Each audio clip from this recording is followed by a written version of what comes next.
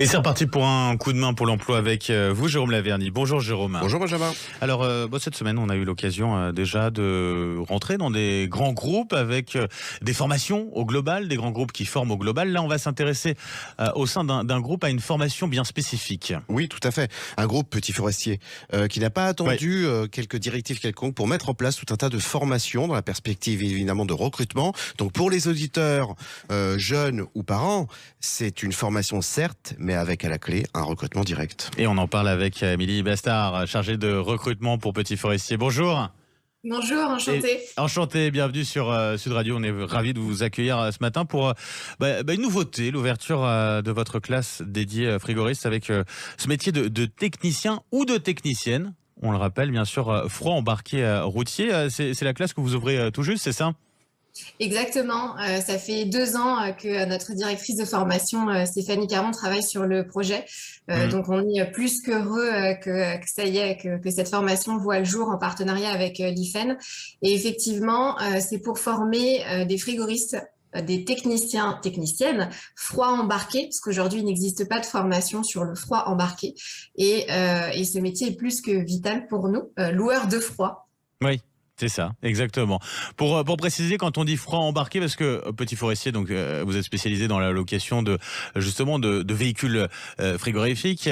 Quand on parle de technicien froid embarqué routier, précisément, concrètement, ça veut dire quoi ? C'est simple, on loue des véhicules qui soient véhicules légers jusqu'au super poids lourd.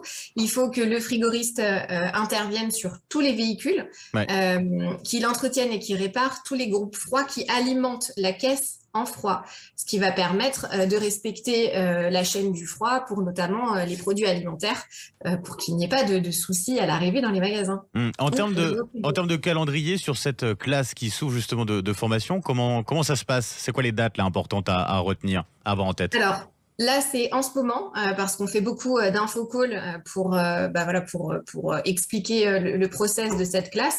On a aussi la classe démarre en novembre 2022, pardon.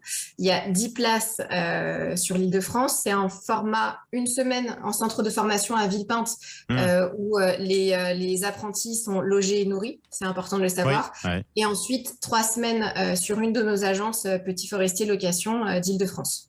D'accord, Jérôme Laverny. Alors, 2 commentaires, c'est super important parce que ça veut donc dire qu'un jeune où qu'il se trouve peut bénéficier de cette formation et encore une fois, j'insiste, d'un recrutement dans la foulée.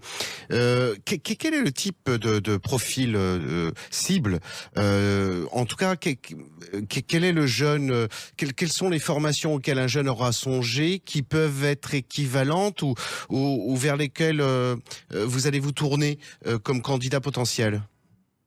Alors aujourd'hui, on n'a pas forcément de prérequis pour les candidats pour cette formation.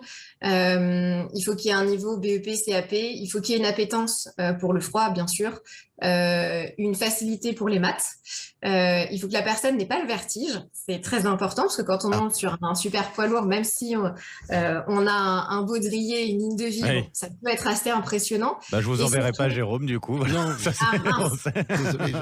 mais c'est pas grave, il y en aura d'autres. Pour le coup, Et vous disiez après, oui. Et après, ce qu'il y a de bien aussi avec cette formation, c'est aussi ouvert à la reconversion professionnelle. Donc, on peut avoir des profils bien plus âgés, des plombiers, des personnes qui font du froid statique, des chauffagistes, etc. Donc voilà, c'est vraiment ouvert à tous.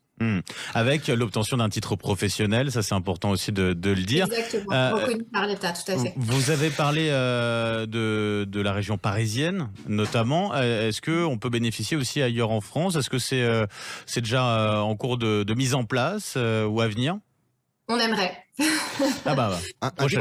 Un décryptage, Benjamin, un grand chapeau à l'entreprise Petit Forestier, parce qu'en fait, la commodité voudrait que l'entreprise se cantonne à les contrats d'apprentissage, qui financièrement est un peu plus intéressant, vu la restriction des aides à ces mêmes contrats d'apprentissage, et c'est tout à l'honneur de cette entreprise d'ouvrir le champ également aux contrats de professionnalisation, et avec eux, à des candidats de tout âge. Et ben voilà, en tout cas, Émilie Bastin, un grand merci d'avoir été avec nous ce matin sur Sud Radio pour en parler, un chargé de recrutement pour petits forestiers.